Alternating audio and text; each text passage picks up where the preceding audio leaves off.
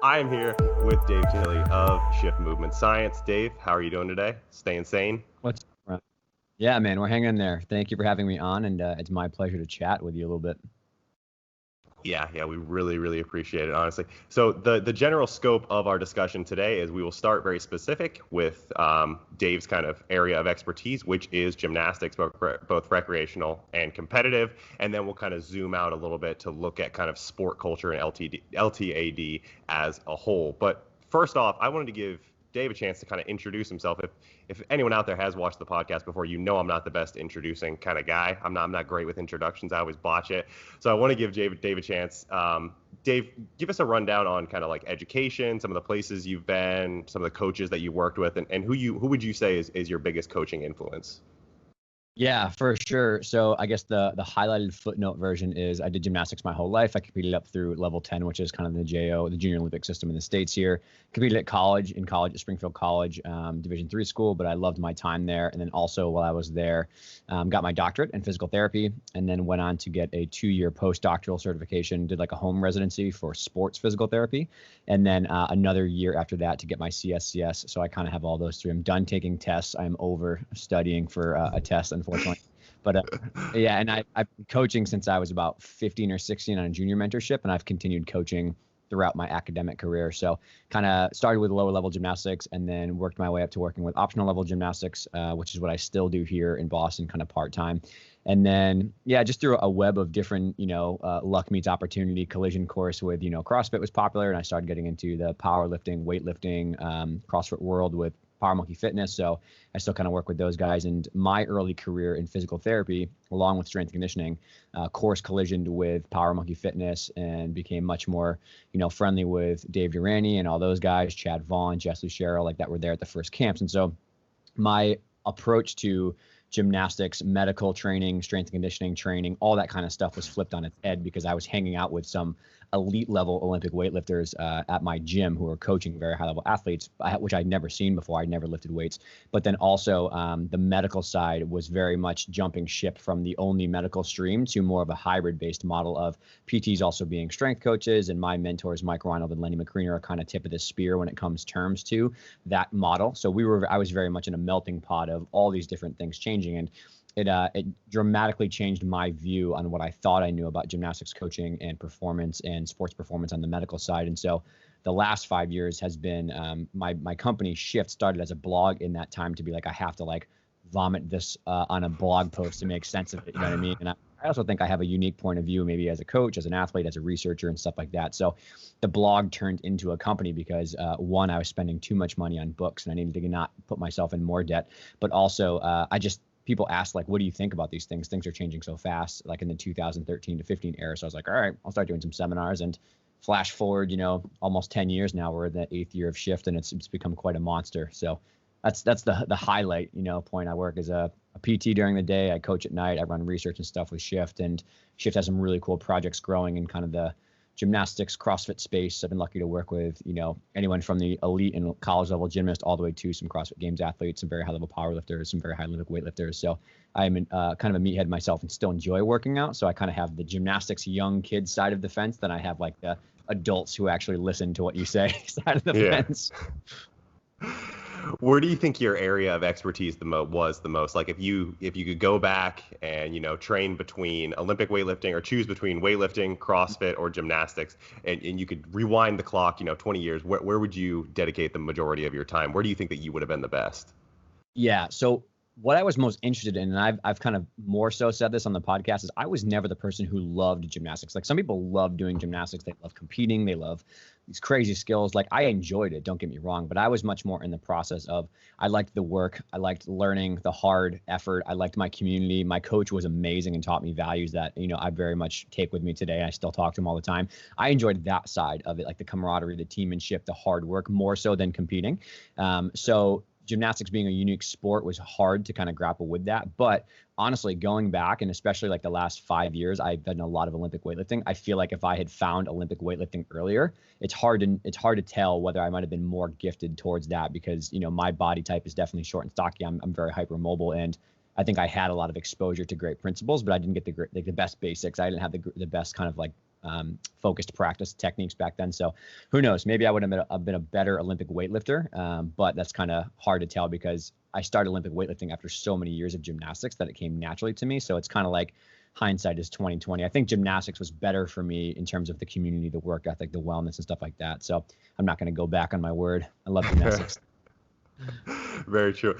Heavy gymnastics background, big Olympic weightlifting background. What is the best Dave Tilley CrossFit workout? What is the one that you see on the board and you're like, oh, I'm going to smash this. I'm going to crush this. Oh my God, dude. I've smoked Diane in like 2 minutes and 5 seconds. Like, yeah. When I actually started to deadlift the right way, so any of that stuff, like I don't do as much CrossFit anymore now these days. I'm much more in the traditional strength conditioning, only because of my time constraints. But yeah, back in the day, like 2015, when I was like peak after college, it was like Diane, I could dominate like Chelsea pretty easily or Cindy pretty easily. Like that stuff was not a problem for me. Yeah. So started out as nice snatches. So started out as a blog. That's such an interesting inception story. Started out as a blog. What it has shifted to what it is. Shifted. Ha. You like that? Uh-huh. Has grown to what it is today. What would you say the current mission statement of Shift Movement Science is? What is the one thing that you want to accomplish? Yeah, I think it's twofold. It started out as just trying to get more information and tools to, help athletes perform better, be happier, because there's just so much unnecessary suffering in a lot of youth sports, right? I think that way with any of these sports that are more just like not a lot of money, but a lot of work. I view like weightlifting, gymnastics, wrestling, like these very niche sports that like are just grind, you know what I mean? But they forge these as like savages. They absolutely like just come out the other side, just monsters. And I think that those people get exposure to life lessons, positive role models, all the values and stuff that then make them go on to be incredible humans. Like, and I've said this on other podcasts that I firmly believe someone in these niche sports like weightlifting, gymnastics, CrossFit, whatever, are going to like learn the values that they have to go on and like go to medical school and cure cancer or like start a business that changes like world hunger, like something crazy like that. I believe that these sports, not that other sports don't, but these sports very much forge incredibly resilient and hardworking people who just do it for the better of themselves and the community. So that was the original start of Shift and why I did it, along with personally, I wanted to be happier knowing what I was doing was evidence-based and working. And if I could give other people those tools, I found that other medical providers, other coaches were much happier and had a lot less, stress in their life when they had tools to know how to solve problems that they commonly face. So it started off as that, just like, let me help myself be happier. Let me help athletes be happier. Let me help other people share this information.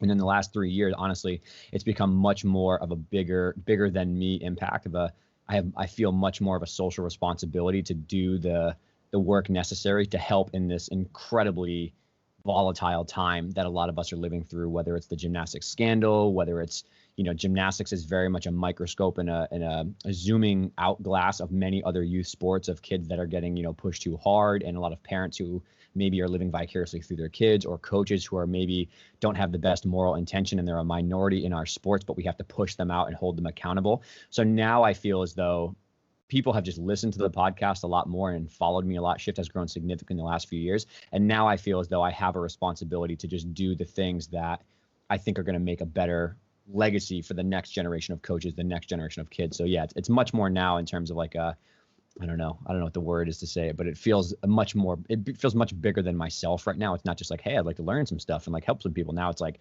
entire countries are asking me like, hey, we're changing our entire system. Like, what do you think we should do? And I'm like, bro, I'm this guy from Boston. I just read books. Like, I'm grateful you value my opinion, but people have changed their entire gyms. Medical facilities have changed how they treat gymnasts and weightlifters and CrossFit because the work that Dan and I have done together. So now I just have to be like, I gotta haul ass here, man. I have a rare opportunity to help a lot of people, and I really want to make sure I don't live with regret in 10 years and look back and be like, I could have done it, but I just didn't want to work hard enough. So that's where I'm at now. Yeah, I think that's it's an overwhelming feeling when you have that many people coming to you, and all of a sudden you are kind of the expert. But I think from what I've seen, you got a really good team around you. You mentioned scandal though, so let's circle. Let's hit that one real briefly. So before we kind of go into gymnastics, because you have the weightlifting background, I wanted to ask you kind of what your input is on the IWF scandal, kind of changing of leadership, passing around of money, all that, and how it might compare to the USAG scandal of recent years. And one follow-up question on top of that is the scandal of the USAG, is that something that is specific to the US, or are scandals like that happening in other countries that maybe we're not hearing about? Yeah, great questions. So then the first one is, I will admit that my knowledge of the weightlifting scandal is a little bit less because my head's so far in the sand with what I'm doing now. But my understanding of talking with people, it's got a lot to do with covering up of blood doping tests, and there was a lot of money that was like kind of gone missing, like $10.5 million. Was like, where's that money? Oops. You know, and then there were a lot of questionable pathways followed to get the leaders in place, that it was questionable whether they got elected or whether they were stuffed a ballot box or found somebody who knows somebody. So, I've gotten to this point with my work and shift and stuff. Whereas when I was younger, I was so appalled and taken back by it. And I was like, I can't believe this, blah, blah, blah.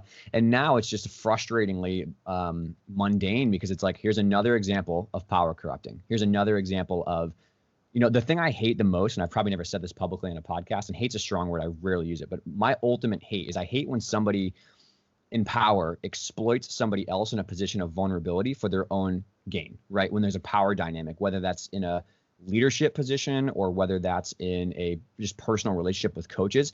I despise that when somebody uses the vulnerable state of a younger athlete or of people who are chasing an Olympic gold, and they hang that over their head and they say, jump through this hoop or do this or bow down to me. And it makes me super upset, because we're all people here. I don't care whether you've coached Olympians or whether you're literally just starting in your weightlifting coaching career. You should give everybody the same respect and the same honor, and you should have the same moral and ethical code that everybody else follows. So that makes me really, really hurt, and it makes me feel angry. And so I feel like this scandal with weightlifting is very much, I'm a little bit numbed to it, because I've gone through so much frustration and sadness watching other athletes fall apart at the hands of a very few coaches. I don't want to say that, a very few minority coaches who treated them like garbage and, had really their own interests ahead of the athlete's health. And they were exploiting their vulnerable situation of wanting to get the national team or wanting to perform while they're wanting to get a scholarship. So it makes me incredibly infuriated to hear of another example of someone like in our world for USAG. We had the same parallels of, we clearly had, I don't want to say his name, but the doctor. And then we had the, Steve Penny. And then we had the Carollis, who were, I call them like the three-headed snake. They were all chasing different self-serving interests and were putting other people's vulnerable states at risk, right? So, the doctor was clearly taking advantage of people sexually abusing them. The Carollis were looking the other way, turning a blind eye, and were putting, not even about the sexual stuff, they were putting people through horrific workouts and overtraining and pushing through injuries because of their own self-serving, I need to win, I need to be famous, this is my, status, this is my American dream, as so many, like the 30 for 30 podcast showed that with the Carollis. Yep. And then you very much had Steve Penny, who was like, clearly drunk on power, right? Hungry, wants money, he came from biking with the Lance Armstrong situation to USA Gymnastics, and he wanted the money and the power. So all these people are self-serving interests, and they're putting the athlete's lifetime of work and sacrificing their childhood at risk for that. And along with, again, there were some coaches in that arena who were doing the best thing by their kid. Amy Borman and Simone is the best example. They did exactly what they needed to do to protect her and keep her safe and try to help her through that. Unfortunately, there were still a lot of problems that came up with her because USAG failed to protect her during those times. But there are examples of people who are doing the right thing, treating kids well. And we all need collectively as a majority, in same way that the weightlifting scandal has to happen too, is the people who are doing it well and who have a spine to stand up against those people who are not acting well. They have to be the ones to band together and push that minority out of the sport and overhaul the institutional level things that are allowing that to happen, which is, I'm sure we'll get into a lot of other things around long-term athletic development and early specialization and medical care and science-based practices. But a lot of those things set the stage for an implosion to come about with this massive scandal, right? And then your second question about, is this worldwide? Yes, it is, because what we saw happen is we had the entire scandal, and it's still falling apart, it's still unfolding. But then we had Jennifer Say in the Netflix documentary Athlete A came out, and it very much uncovered the real issues, which is, the sexual assault stuff is horrific on a level it's hard to understand, but we have to realize that a culture from the 70s, the 80s, and the 90s of this win at all costs. Money and medals are more important than health. Collateral damage is acceptable because it's gymnastics. It's the way we've always done it. That like really trash mentality set the stage for him to have his like predatory influence on people. And so we have to, that documentary, I think, did a great job of highlighting how awful clearly the sexual abuse stuff was, but then not letting people off the hook of saying, yes, but look at all these other things that cause this horrific mentality of training young kids and how we have to change in this minority group of coaches who are famous and get status and money and medal and are doing it for the wrong reasons. That documentary came out and exploited all of that and showed that for what it is, or exposed that, for what it is.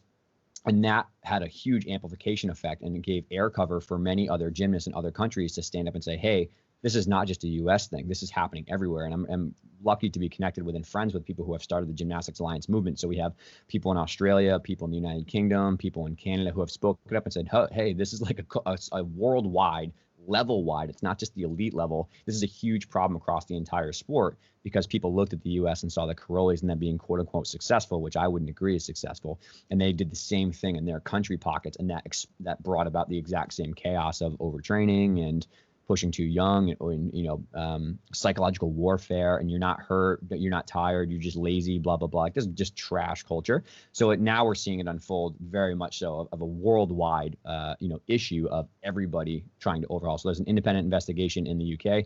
There's an independent investigation in the US and the Australia. Unfortunately, the US has not launched one, but there's a lot of people who are, rightfully so, putting the hot plate to, people who are maybe not acting in line with what we know is morally and ethically right. Yeah, and something you said that I want to, it's around the Karolis. Do you remember the exact name of that 30 for 30 episode? Yeah, heavy metals. Heavy metals, that was it. So just around kind of the training as a whole in gymnastics, some of the dogma that has existed there around how you're supposed to train a youth gymnast, the level that you're supposed to train them, like you said, overtraining, running them into the ground. Is that an issue with kind of gymnastics as a whole? Are we starting that at a young age? Is that recreational, competitive? Is it both? Is it all of the above? Where does that culture of overtraining and this is the way that it needs to be done, where does that start? Yeah, so I think largely it came from a few things. One was we didn't know what we didn't know. The science was not available 20 years ago. We have great studies now about the long-term outcomes for early specialization and long-term and athletic development models that are that way and pushing that younger generation. And I also will say that all things considered, I'm definitely on the pedestal of a later peaking age and longer models of that. But I do think that gymnastics still leans towards the distribution curve earlier of a little bit earlier peaking, not as early as what we're doing now. And we've collected some data that's insane when you look at who specializes how young. But I do think it's going to be a slightly less based on your goals and your stuff like that. But I think the long tail window, it needs to be extended much more past the 15, 16, 17 peak age. So with that in mind, I think it came from a lack of education. We didn't know, and now we do know. I think it also very much came from not only the Karolis, but many other people in that camp that just arbitrarily said, if you want to be successful at gymnastics, you have to be very tiny and very lean and very young, because it wasn't about their mentality in that time, from my understanding from the Heavy Metals podcast, was not so much that that's when you're athletically at your peak physiologically, you are just easier to spot and you're easier to teach skills. And then really what we found is you're easier to control. You're easier to, push around and say, do this and do that. And you can get them into a military style training. And that was arbitrarily brought to be success because a few athletes from that generation were successful in that model. But I don't think they were successful because of that model. They were successful despite that model. I think they were savages and they got through it because they're elite athletes, and they would have gotten through that, any other way. And they were durable. You know what I mean? They held up to the test. So the people that were success stories in that generation became the model, quote unquote, of Karoli saying, everybody has to be tiny and young and 14, and this is when you peak. And when in reality we found out, which is, that's actually eating disorders. That's actually overtraining. That's actually just covering up and sweeping injuries under the rug and saying, no, you're not hurt. No, you're not tired. Keep working harder. This is what it takes. This is what it takes. And very much grooming the parents into that mentality of, this is what it takes. You can't come in the gym. You can't watch. How dare you question me? I'm the coach. Like, all the things that we know are horrific coaching practices are now coming to light. And yes, there were Olympic medals under the Karolis that came multiple times in multiple success, but would that same thing have happened if we supported the athletes and coached them well and used science and used interdisciplinary care and used the right tools that we know would have been possible? And I think yes. I think that if we had coaches, a group of coaches that were doing things correctly and well, I still think those athletes would have gone on to become incredible athletes. I think Simone still would be Simone. I think that, all those high level athletes would have still gone on to do great things. I think we wrongfully had a causation, not correlation situation where we blamed and said X equals Y. Hard coaching, dictatorship type coaching equals Olympic medals and success, not, the multiple other factors and variables that go into that. So I think that what we're seeing is it's changing now because there's so many good examples of amazing coaches who are doing the right thing. But that culture, that mentality, the fear of the unknown is still very much existent, and it's hard to push out because it changes uncomfortable. But also too, when you dig down through the layers, this is something I've gone through as a personal coach and I've seen other people go through, is when you really get all the way down to it, it's just basic human psychology of the insecurities, the fears that the coach has, the parent has, the athlete has, that are really, the root issue. You have to, and if you want to change the culture, you have to change yourself first. You have to deal with, why am I pushing the kids so hard? Why am I yelling at kids? Am I tying my status to their accomplishments? Am I worried financially I'm not going to make money, so I have to win this competition, or all that kind of stuff? When you get into that layer, you figure out that's what's going on. The fear of social judgment, the fear of rejection, insecurities around their coaching style or their performance and their status and stuff like that. It becomes at risk and vulnerable when you get to that high level. You don't want to have people say you're falling apart as a coach because your kids aren't winning. So you push them super hard and you cover up those injuries and you maybe make some decisions that you're not proud of. And that's where we get into this really hot water.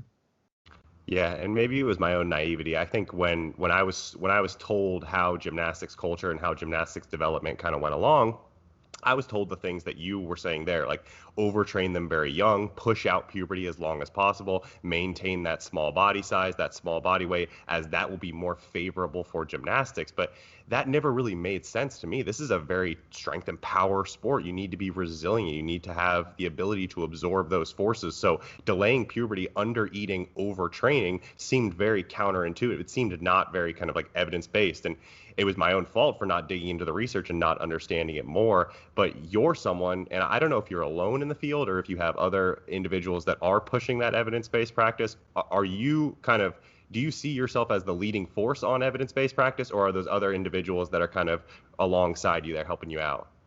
Yeah, to the first point, I want to agree and say the exact same thing, is that I was very much, I'll say I was brainwashed when I was a younger coach. I did the exact thing that I think people fall trapped to, which is get involved, get some talented athletes, and you want them to do well. And so you just ask for help and you get mentorship, and you very much fall into this trap of doing whatever somebody else does and following the myth and the folklore and the passed down knowledge, which is valuable. Don't get me wrong. But you can't only follow that blindly. You have to also look at the empirical evidence. You have to work hard. And what we had is continual evidence-based practice being pushed off to the side because it conflicted what personal values and approaches were. So the evidence was across aligned with someone's coaching a philosophy or approach, and that made them defensive because of maybe an ego thing or because they didn't want to look like they didn't know what they were doing.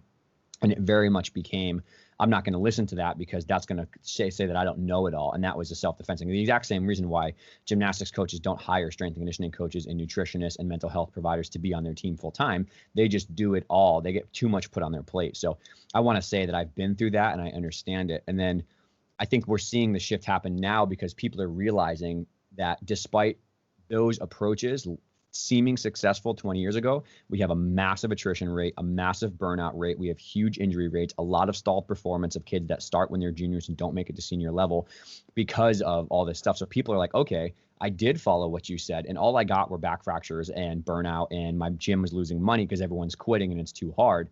Like, what the hell's going on here? And you realize that those people were successful because they just abused the kids and they found a way to cover it up.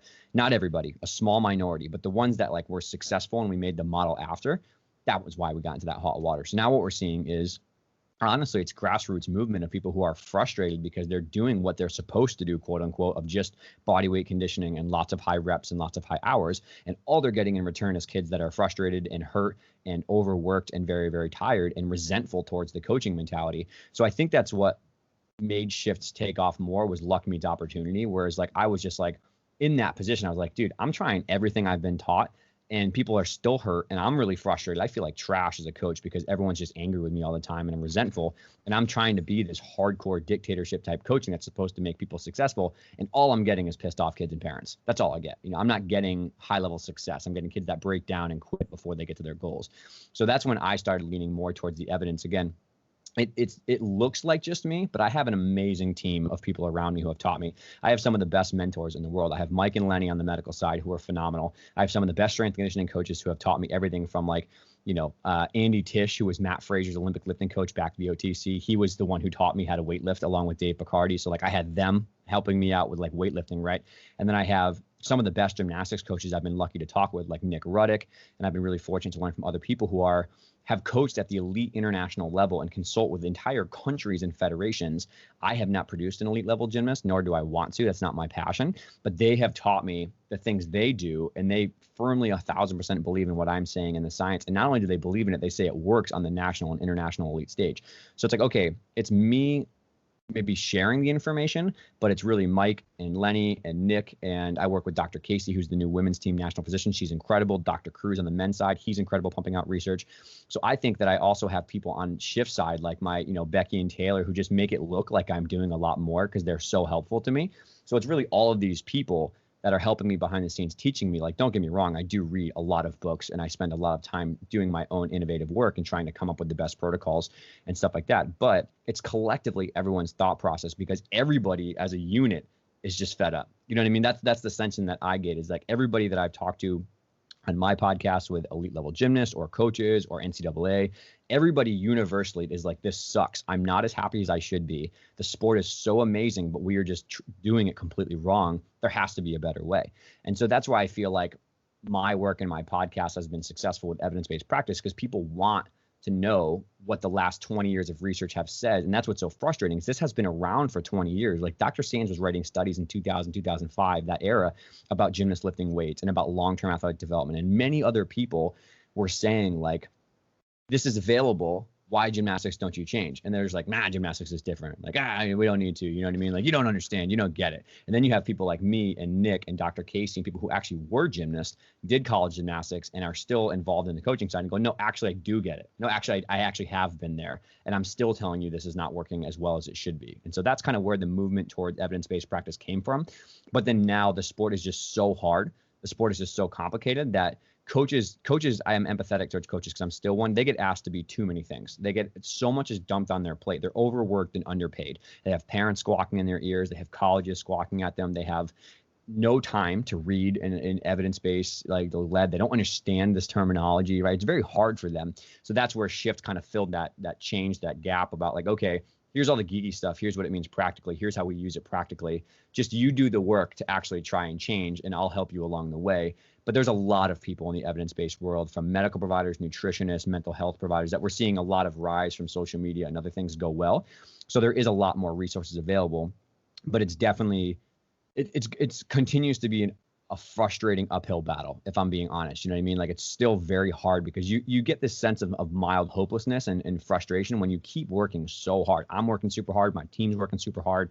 All the doctors I know, Nick, all the coaches that are great coaches are working super hard. And still, you have institutions that refuse to take accountability for what happened, or people that refuse to admit their mistakes and say, I'm sorry, I'm wrong, let me change. Or you still see massive injustices and massive amounts of unnecessary suffering with this old school mentality that refuses to change. And, at one point, some of us are just bro, unless you change, unless you hold somebody accountable, what are we doing here? What are we doing here? This is so frustrating because we're trying so hard to help and you refuse to have a real honest conversation. You just keep putting out PR stunts. And it's it's getting better. People are changing, but I know a lot of people who are just I'm doing everything I can. And this is still massively frustrating. So baby steps, but there's still a lot of work to be done. And what I think about a lot and what I lament is what you talked about, the attrition and the injury rate, because, I live with my fiance who's a gymnastics coach and our roommate who's also a gymnastics coach. She was a level 10 as well. And she couldn't continue because her wrists and her elbows were so messed up from training. And I hear her training schedule. Oh, she talks casually. I would wake up and I would go train for, 4 hours in the morning. And then after school, I would train, another 3-4 hours in the evening as well. And I'm like, how old were you at this point? She was like, I was 13, 14. this is unbelievable to train that much at that age. And you're here saying, there might be a better way here. My fiance selfishly asked the question here, so I'm gonna throw it in so I don't get beat up, so I don't get put in the doghouse out in the dog cage.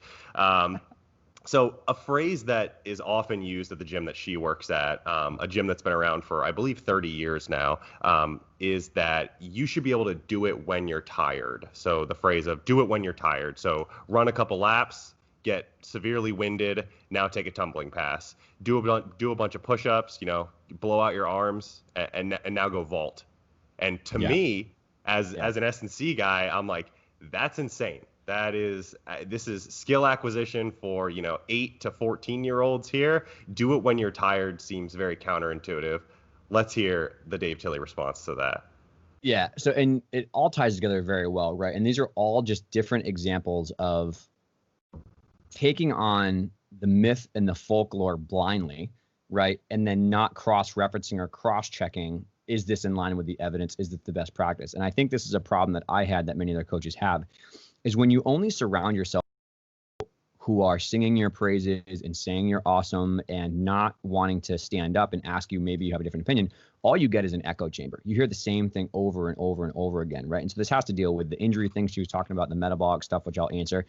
But like, this is a classic example of like your elbows and your wrists hurting like crazy because the evidence says don't peak too early. Let's not try to make an elite athlete during puberty because their bones are not formed. And let's also maybe use strength conditioning, external loading, because this is a really good way to micro-dose weight-bearing tolerance to build up the strength of the elbows, the knees, especially when they can't do high skill volume because they're going to get growth plate injuries, right? And so that's, again, the folklore is no, don't worry about it. Just push through it. This is normal. Growth plate's normal. Fractures are normal. Spiny fractures are normal. No big deal.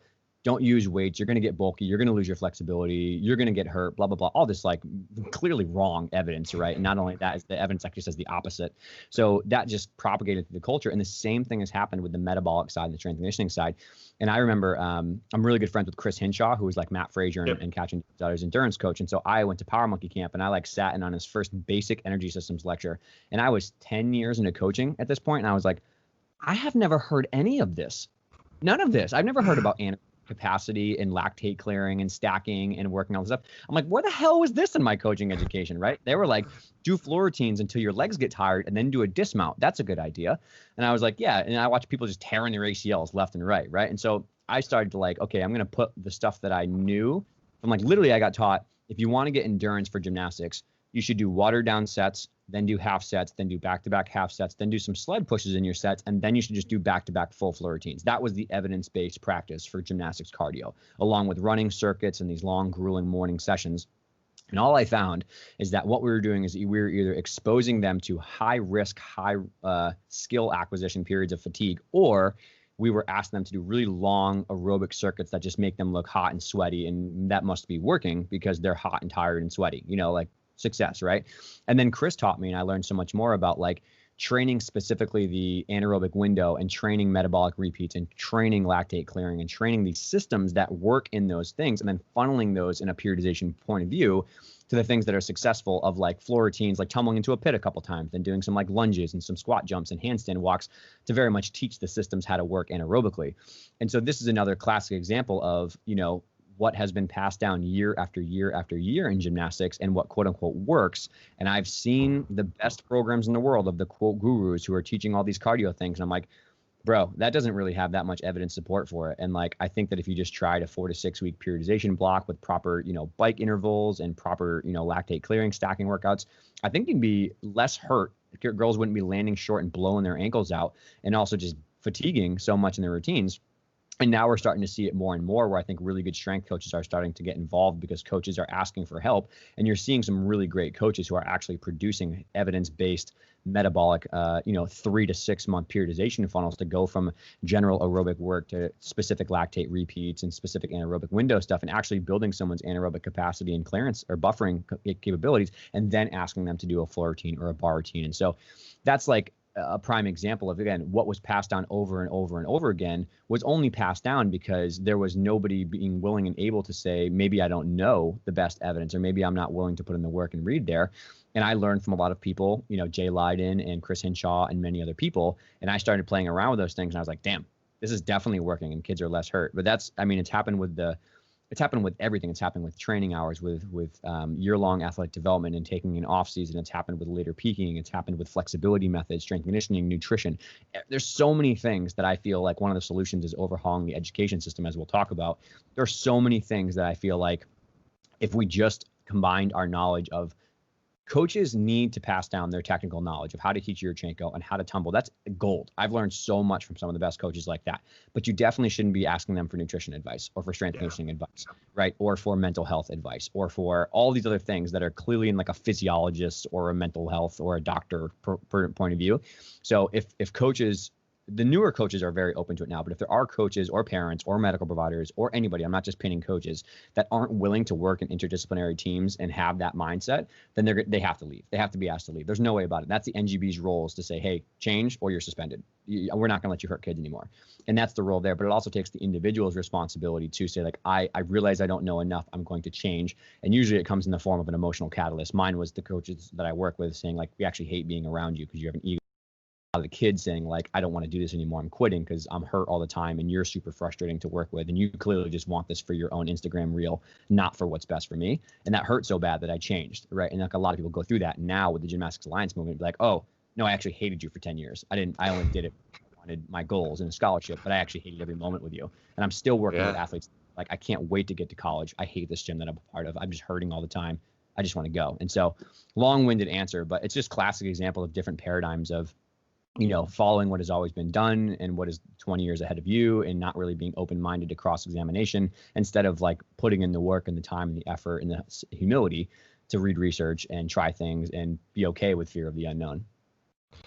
And I've created a little bit of a hypothetical here that could either be your dream or this could be your nightmare. So let me know. So if we wake up tomorrow and Dave Tilley is the head, you are the head honcho of USAG's elite development. So stars, hopes, tops, whatever you feel most confident speaking on. What does that development curriculum that you just talked about, what does that actually look like? And first of all, is that your dream or is that your nightmare job? No, it's not my dream. I don't know. No, it's not. I had some involvement with when I was like 2013, 14, 15. I started to have my consulting interactions, whatever you have with national team and stuff. And like I said, there are some incredible people at that level, not only here in the USA, but the UK, the Australia, whatever. There's amazing people that gave me hope, honestly. Like Tammy and Seren Salcianu are one of the first people that kind of believed in what I was doing, even though it was so like against the grain. And I will forever be indebted to them because of what they did exposure wise, but they are just good people and their athletes and their gymnasts are very, very successful, but also they love them like family. So not everybody that I interacted with was I like, oh, I don't know if I like this, but the closer I got to some of like the inner ring, the farther I wanted to get away. I was like, this is not worth it, man. This is like, I'm the only medical provider here and I'm getting treated like garbage right now when I go to these clinics and stuff. And I don't want to be a part of this. And I think I can have a better impact on some other people. But I think that they weren't ready to change or hear an open opinion. But now things are getting much better with the new staff they have. But to your question, no, I'm not the person for that. That is not what I'm passionate about. That's not what I love. I find a lot of value and gratitude from serving, the grassroots kind of level and stuff like that. So I've done some consulting work and I've worked with Dr. Casey and other people, and I have interacted with a lot of those athletes, but I'm not the guy right now to be the head of, I just hate management too. Like I'm not the guy to oversee and do political stuff in management. Like the second it smells like a political game back and forth or a PR stunt, I'm like, get that crap out of here. Like I'm so done. I'm pretty like straight on. Let's deal with the real issues. Let's help people. So I don't think I'd like to be that person, but I do think I have some valuable inputs, and I have done a lot of consulting work with multiple countries and organizations or colleges or whatever about what I think will change the needle positively. So the three things that I can think of is we definitely need to overhaul the educational systems for new and for existing coaches. I think that is, I would say 85% of the people in gymnastics, coaches and other people, are amazing humans who just got really terrible education. They just needed help. They needed tools, and what they got was this very shoddy, what we call Congress, which was essentially like a week-long event where it's like presenters and stuff, and some of the information was amazing, but some of the presenters were not vetted. They were not evidence-based. They were not, like, the things they were saying had no fact check. They were just like, okay, this worked for like this one talented, super flexible girl with unlimited hip mobility. So do these 55 drills, and they go back and they try them like, this isn't working at all. And that was it. That was it. Like, good luck. So I think that most people just need better education, and they just didn't get it. So if I feel that if we really want to see significant change, there should be a mandatory 1-year combination of academic and mentoring program to become a gymnastics coach at the recreational or the basic level. So you need to not only take coursework in child psychology, child development, strength and conditioning, flexibility, long-term athletic development, flexibility, all that kind of stuff, basic anatomy, physiology. There should be an academic component to it, and you should take it. You should pass tests. You should make sure the course instructor should be very high level, either coaching success with medal success, and also, like human level. People like them. They're good coaches. They're good people. Like Amy Borman should teach a session. We should have these great coaches like Tammy and Seren who teach great sessions on the gymnastics stuff. Like, you need to learn how to spot and have drill progressions and conditioning and all that kind of stuff. You need that. But then also there should be a parallel mentorship program, whereas here's the 75 people that we have vetted and trusted and believe in our philosophies and will teach you the right things, but are good humans. Find one of them, and you have 5 hours, 10 hours per week of shadowing for 4 months to learn all their ways and know how to teach these things. So I think for a year, you need that. If you'd like to go to the level 10, the elite, the college level, you should have another year of advanced coursework of high level physiology, high level, strength and conditioning and all that kind of stuff. So I think that has to happen. And I also think that we need continuing education units, kind of like the medical stuff, is where you should be required to learn from these courses. The NGB should put out new courses with new evidence. They should invest money for the best experts to teach these things and help them get to the practical level. But you should be required yearly to take ongoing education. So that's, until that comes along, I don't think there's no dent that's going to change that way. So that needs to be standard. And I know they're actually working on that now. Like some of the new leadership at USAG I've touched base with, and they're actually really great people who are doing a better job. And I think they're trying to move towards that. They've kind of pushed out some of the old guard, so to speak. So that's one. Two is I think we need a mandatory ethical and moral code, right? There has to be a standard set of principles. Here's what you do. Here's what you don't do. This will get you suspended. This is an infraction, but this is how you handle these hard situations. And again, back to education, I think a lot of coaches just don't know how to properly handle some hard conversations about the kids aren't motivated. The parents are squawking in my ear. Early recruiting is a problem. I don't know how to help this athlete get stronger, or they're always financial struggles in a gym. They need help more than they need getting attacked. So I think you need to have those things in place, but it has to be a foot in the sand about no, if you do this, you will not get your opportunity to coach again. And I think we're seeing that now with Maggie Haney, for example, was suspended for 8 years, but there's still a lot of behavior at meets and at practices and at gyms. It's unacceptable, and gym clubs need to hold their staff accountable. Peers need to hold each other accountable. We all need to do better of self-policing and self-policing ourselves as well, to have the same ethical code for everyone to live by. And it doesn't matter if you've been to the Olympics. If you overtrain somebody and push them through an injury, or go against medical advice, or you're just pushing someone super hard when they're going through puberty and you have a lot of injuries, you're going to get sanctioned and you're going to get violated for that, because that's not the way to do it. That's not how we treat kids. So that's another one too. Is that not the job of Safe Sport right now? It's partially. And I think Safe Sport is growing more involved a little bit, but I think they're definitely leaning more on the sexual abuse, which is super important. But they need to be, there's more coming along with emotional and physical abuse, but it needs to be much, much more stringent than it is now. It seems like they've bitten off more than they can chew, Safe Sport as kind of an organization. It's a monumental job. So I definitely understand they're going through. But at the same time, I think that it's challenging to do that. But at the same time, that's what needs to be done. You know what I mean? You need to have that backbone and that spine to stand up against things that are unjust, because they've lost trust in the community, because there's still people who are doing the wrong thing and getting away with it. There are still people as part of all the organizations, not just USAG, that were part of that old school mentality. And maybe they have changed and I don't know them, but I'm pretty sure there's still people who are misbehaving and not acting appropriately, that are not getting held accountable for the things they're doing. So I think that's a part of it. I think Safe Sport has done a better job of making channels and funnels to report abuse allegations, but there needs to be independent investigations. You need to have checks and balances. You need to have all that kind of stuff if you want to be successful and get the trust back in the community. And I think, I work at a YMCA. I've worked there for the last 8 years, because early on in my career, I just didn't feel good. It just didn't feel right. The alignment of morals and values of the gyms that I were working at with USAG were not in line with my personal values. So I dipped, and I was like, I'm not going to work for gyms like this anymore until we change. And I've been there for 8 years. It's been great, but they need to do the same thing of establishing rules and ethics and guidelines and anonymous complaint channels. And we don't want this to be a witch hunt, which I think unfortunately sometimes it becomes, whereas, you can definitely get some crazy parents or crazy coaches or crazy athletes who maybe feel slighted and they don't take responsibility. And I don't want to at all downplay the reality that, people have complaints and they should go, but there are definitely some situations where like a crazy parent has said a coach has been disrespectful or blah, blah, blah, when in reality, like they just need to be maybe more self-aware of their actions as a parent. So there are some very small cases when that happens, but you don't want to risk slighting that and not having reporting. You had to report everything. You have to take everything seriously. People's experiences and stories are valid and we need to follow them through. But there's a fine line to toe there between coaches feeling like, things are crazy but it should be crazy. We've done some pretty crappy things in the last 20 years. So we deserve to kind of get our feet held to the fire. Absolutely. Yeah. You said you had a third aspect of that curriculum for us. Oh yeah. I think that people, thanks for reminding me that I got off on I derailed you. Yeah, they're good. I think the biggest thing is kind of what we talked about already is people need to be not scared of the unknown. I think people are really fearful of the unknown of like, we need to completely like rethink our model of gymnastics in terms of like when we ask kids to peak, when we ask about strength conditioning, like everything from longer timelines of periods to hybrid strength conditioning models to proper nutrition, working in interdisciplinary teams, education. Like it's a massive overhaul that needs to happen. And I think people need to be okay taking that, punch on the chin for a couple of years, maybe in a performance point of view, whether it's locally at your competitive level or nationally, internationally. You have to be willing to take that hit to build a new model that clearly follows the evidence and expert coaching opinion that has everybody involved on the same page. And to change that in your gym is massively scary. So I think people need to just realize that change is hard. Fear of the unknown is real. Like, yes, it's going to be uncomfortable. You're going to have some social pressure. You're going to do some things that are not in line with the current social quo.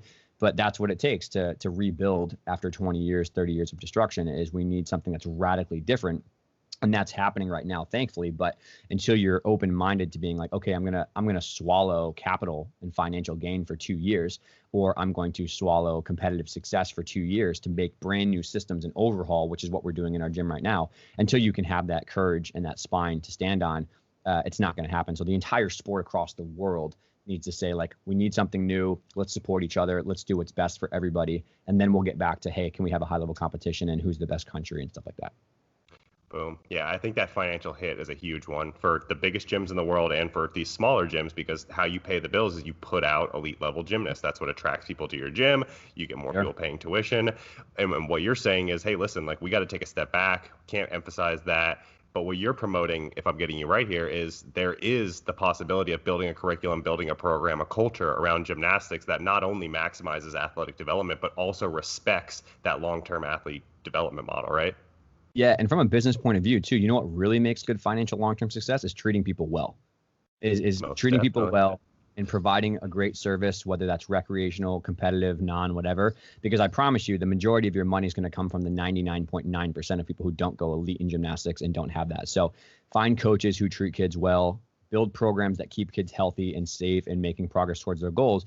And what you lose in temporary financial or growth success, because maybe you're changing things and you actually may drive, but we've drove away a ton of people who were not online with us, not changing to be super hardcore and pushing and yelling and screaming and scholarships and all that kind of stuff. When we switched our model significantly 5 years ago, a lot of people left. A lot of parents were unhappy. We're like, okay, this just isn't a good fit. But long term, we gained that money back and that time back and that commitment back 20-fold because we cared about the kids who stayed and we attracted new people that were like, they don't yell, they don't scream, they don't, but my kid's still really healthy and happy and they love gymnastics and friends and community. So long-term business investment, if you're a smart business person, you'll realize that just treating people well and being a good human is the best financial ROI you can have. Does that 0.1% become a larger percentage if we start changing the model? If we can reduce the attrition rate within the sport of gymnastics, do we see more elite level gymnasts? I firmly believe yes. And I think Nick would say this too. There's nobody in the planet, gymnastics or not, who does better when they're getting trashed all the time. Nobody performs better when all you hear is negative, no, you suck, it's not good enough, blah, blah, blah. Like, who in the world wants to go to the gym for 16, 20, 25 hours a week when they're just getting yelled at all the time and treated like garbage? Like, nobody, right? I firmly believe there are hundreds, if not thousands, of level 8, level 9, level 10 gymnasts who had incredible potential, but got their legs chopped out from underneath them and couldn't get back because of so many injuries and pushing too early and not being patient in this environment that was pressing too hard on them. We put these kids on a hamster wheel of success when they're young in gymnastics, and we expect them to be better, perfect, win this meet, win hopes, win elite qualifiers, win the junior national championships, make the senior team, make it the world, make it to the Olympics, win 2 Olympics, win 4 Olympics. Like, it's never good enough. It's never good enough, ever. And like, who realistically is ever going to fit that mold? Even Simone, who's the best in the world, no doubt the GOAT, still is never going to be that perfect model. So if she's having a tough time and she gets injuries and she has problems, how in the hell do we expect all these kids to do the exact same thing?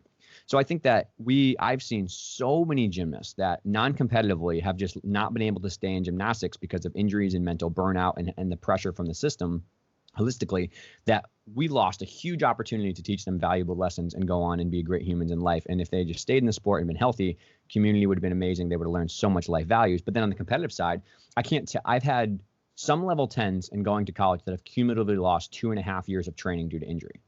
So they've had 2 surgeries. They have so much problems. They lose these 4 to 6 month gaps. What could you do with 2.5 months back of gymnastics training or any training? Like, you can make someone a monster. And like, that's got to be viewed at it as like slow now, fast later. Like Tom Meadows, I had in the podcast, one of the most successful men's coaches in the country. He's had a kid on the team, Olympic team, and he was the head coach 4 years in a row. So 4 quads in a row. He's had someone on. And he's the #1 proponent of go slower when they're growing. Don't push it.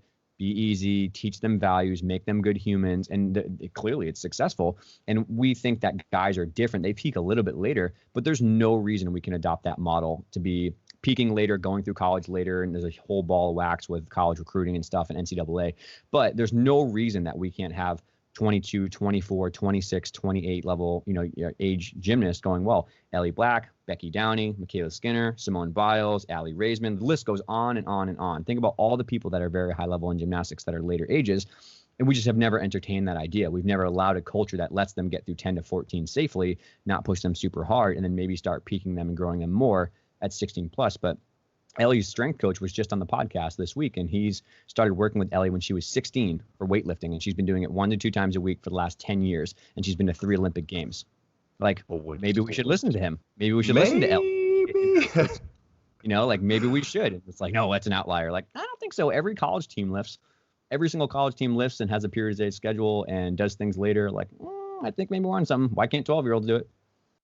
And it seems like a no-brainer for some of these coaches. You're a gymnastics coach. You love the sport of gymnastics. It's been your entire life. Here's a model to where we can create happier, healthier, and even more importantly, because this is what makes your money, more skilled gymnasts. But you, with your model, the evidence-based model, there's still that resistance. I know there's still that resistance. I worked in strength conditioning for a year. I got that same resistance. Rowing coach, cheer coach, baseball coach, it didn't matter. The strength stuff, that stuff doesn't matter. It's all on the field. So, there's a lot of strength coaches that are going to watch this, and they're going to want to know kind of how do you go about introducing this stuff to the coaches, getting through to them, because a lot of them have very thick skulls.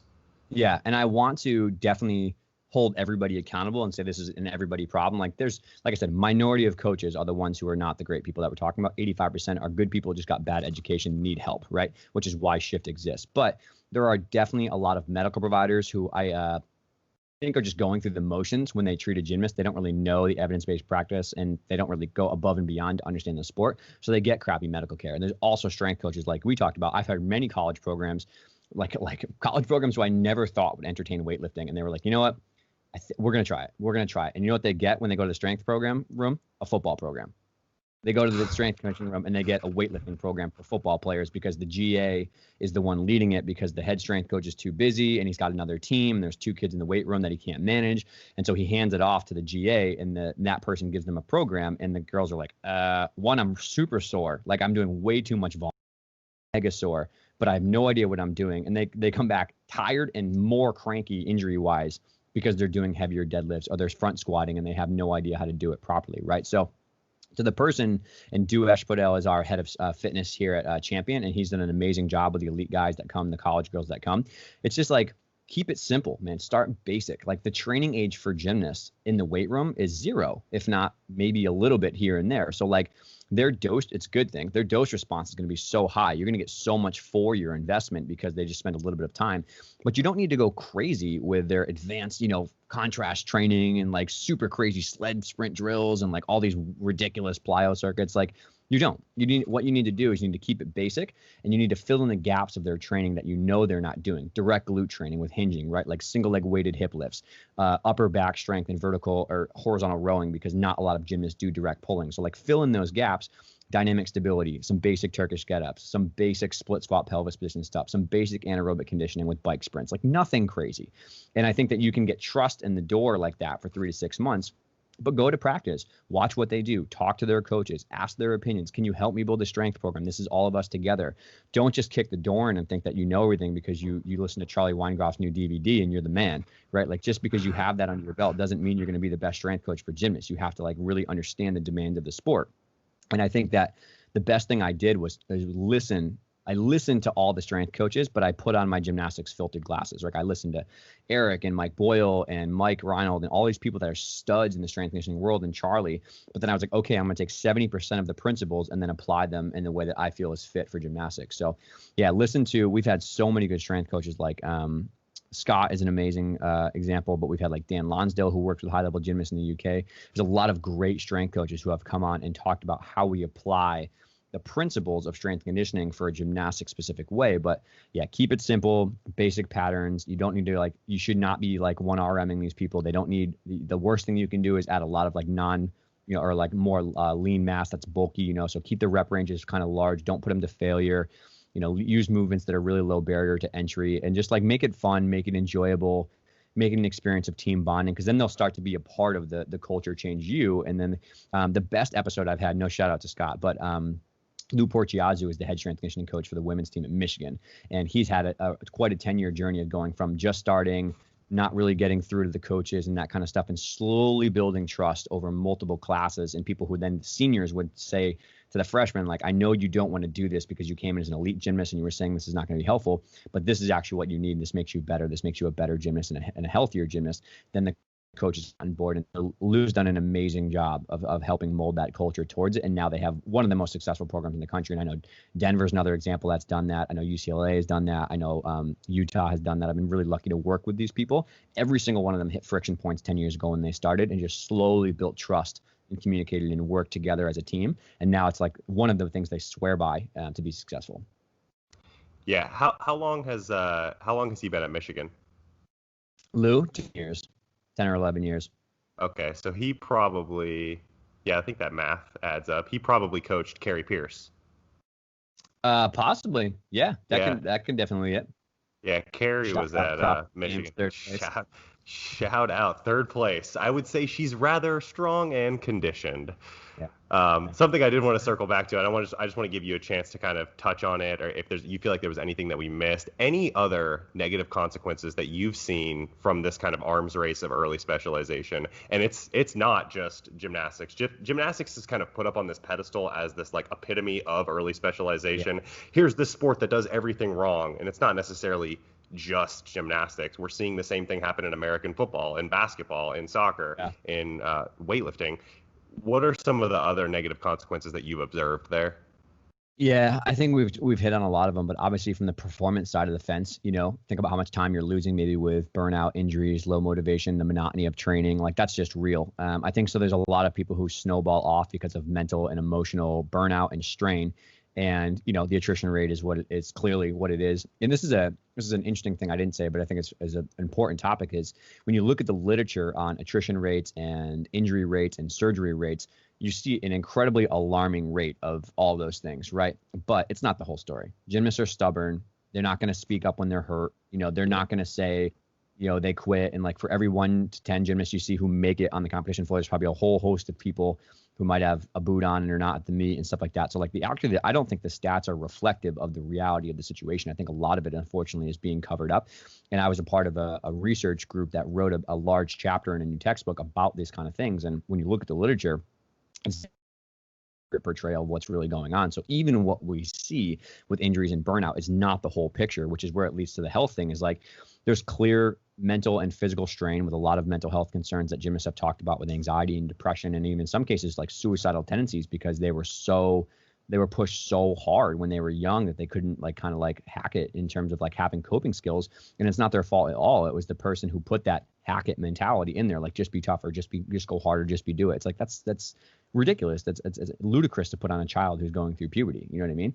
And so I think that there's a lot of obviously injury rates. We see a lot of people with like back fractures, multiple elbow surgeries, multiple ankle surgeries, and you see clear performance and health drop offs like crazy. And I think that now we're seeing like the coronavirus has given us a forced experiment of time off and what that does. And I think that, the 5 months was 2 months, but 6 weeks is not an unrealistic thing to have gymnasts take after their long, brutal season and have a relative deload with cross training and stuff like that. But also, I don't know of any evidence that says that 14, 15, 16 is better for gymnasts than 18, 19, 20, 21, 22 if we're following the right scientific protocols. And again, that comes from very lackluster evidence, that comes from a few good cases of people that made it. But even those people who made it, when you talk to them now, I think have very real concerns about their nutrition, their eating disorders, their overtraining, their injuries, all that kind of stuff. And think about like how good could those people have been if we just gave them the right environment to thrive over their younger years. And then maybe when they were 16, like Ellie, started really pushing the button on how hard we get them going and giving them that kind of turbo boost with a team of people around them that want what's best for them, not what's, going to make the most money or get the most status elevation. The psychological aspect of that is enormous, because you get these girls and guys that burn out of gymnastics because they started so young. It was their entire life. They burn out on that, and they burn out on physical culture altogether, because that's all they've ever known. They know This is physical activity. This is all I've ever had. And now my wrists, my ankles, my shoulders are so messed up. I won't do anything. I won't lift weights. Think about how many amazing athletes in other sports we're missing out on as well. Yes, there's so many. God, it's crazy to me to think about how much performance and how much health benefits are left on the table because we just have not been open-minded to new ideas and radically different concepts of how we approach it. Like, God, there's so much good from gymnastics. There's so much good that comes from these. I wouldn't be here having a company and getting through some of the hard things that I've got through if it wasn't for my coach and my teammates in the sport. No doubt, 100%. And think about all the kids that you positively affect and stay in the sport because you just treat them well. Even if their goal is to compete at low level till they're 17 years old and graduate high school and move on, like, who gives a shit? That's fine. That's amazing. That's perfect. Awesome. You know what I mean? Like, have non-recreational programs, have competitive programs, have whatever, have adult gymnastics. Like, there's so much good that can happen in our sport. And we're seeing a minority of people who are making it sour grapes for everybody because we're not holding them accountable, and we're not keeping up with the times in terms of like science change, interdisciplinary care, new ideas, like, and it takes a lot of personal courage to get through that. You have to really evolve yourself as a human, but without that, we're going to keep seeing the sport struggle. And I think we're going into a really uplifting time where things are changing, but it's going to be very painful on the path to progress. So buckle in. Something you said on the Iron Culture podcast, and shout out to Omar and Eric. You talked about how many people are getting into gymnastics now, and kind of what the old stigma around it used to be, like, oh, guys doing gymnastics, like, what a pussy, like he must be gay or something like that, and how much it's changing. And we have a coach at Gifted who's our head of strength conditioning, and he's like, his wife is pregnant right now. He's like, gymnastics, that's going to be a gymnastics baby. And I'm the same way. I'm like, damn, what if I had just done gymnastics when I was young? I could have been something. I could have been legit. Yeah, absolutely, man. It's cool to see. I mean, that's definitely a reason. Like, we talk about that a lot at like Power Monkey with Dave and with, all these college gymnasts that are on staff, that we're all like kind of like, I don't know, just like having a camaraderie between our college gymnastics days. And like we were talking about, like, God, CrossFit has so much to learn about gymnastics, and there's so much we're not doing well. But there's never been more of a boom around men's gymnastics and talking about the benefits of it. And I think that we gotta nourish that and mentor, those people who are trying to get into it. Like crazy, like 10, 15 years ago, if I was in a gym and I talked about like, I did men's gymnastics my whole life, and they were like, oh yeah, cool, man. Yeah, awesome. Like, let's go bench. But now when if I'm in a gym and I'm doing something like that, like, oh damn, you did gymnastics, man. Oh, that's so sick. Like, that's so cool. I was like, what? Like, I'm like double. What the hell are you talking about? But yeah, it's cool now to see so many people getting involved in the men's side. And the women's side is very popular for sure, but the men's side and getting more kind of attention that way. And I think in 10 years from now, we're going to see the end tail of that, which is a really positive net effect on the sport, which is really cool. Dave, did CrossFit make you cool? CrossFit made weightlifting cool. It made gymnastics cool. Do you feel significantly cooler now? Because let me just tell you, you are. No, I don't. I don't feel cooler. I feel lucky that I got to meet a lot of people who I probably would not have interacted with. I definitely feel indebted in gratitude towards CrossFit, but I wasn't cool before. I'm not cool now, so I don't think that there wasn't a net change of a delta at all. I'm just a dude from Boston who likes books and helping people. That's kind of how I define myself. Sweet. All right. I want to be respectful of your time, but we got a hell of an outro question right here. Yes. I haven't thought of my answer yet, so I might just base it off of what you say. The outro question here, Dave, is would you rather snatch like Lasha Talahadze, world record holder, best 109 plus probably to ever live. Yeah, 222, very well on his way to 225, which is just an obscene number. Or would you rather tumble like Simone? Yeah, back in my heyday, definitely tumble like Simone. So maybe pre 21 years old, it would have been tumble like Simone because my life was gymnastics and I loved competing. I mean, I loved training and stuff like that. So it would have been cool to tumble like Simone. Now my goals have shifted significantly away from competitive. I don't have a competitive bone in my body anymore, but I enjoy the benefits of weightlifting still. So now I would say snatch like Lasha. Prior to 21, I would say tumble like Simone. Look for a 220 kilo snatch coming from Dave. I just PR'd deadlift. That was it. That was a big one. It's there. It's there. The strength is there. Just pull and pray. Yeah. Never. The elusive 300 clean and jerk never happened for me. I got 290, but it's on the way maybe.